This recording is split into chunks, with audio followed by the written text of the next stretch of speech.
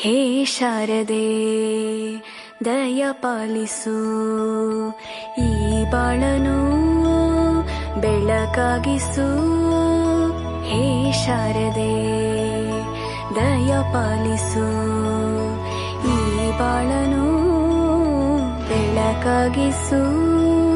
ನಾಳೆಗಳ ದಾರಿಯಲೇ ನಂಬಿಕೆಯ ನೆಲೆಯಾಗಿರಿಸು, ಮುನ್ನಡೆಸು. ಕೈ ಹಿಡಿದು ನಾವಾಡೋ ಪದ ಪದದಲ್ಲೂ ಸಂಚರಿಸು.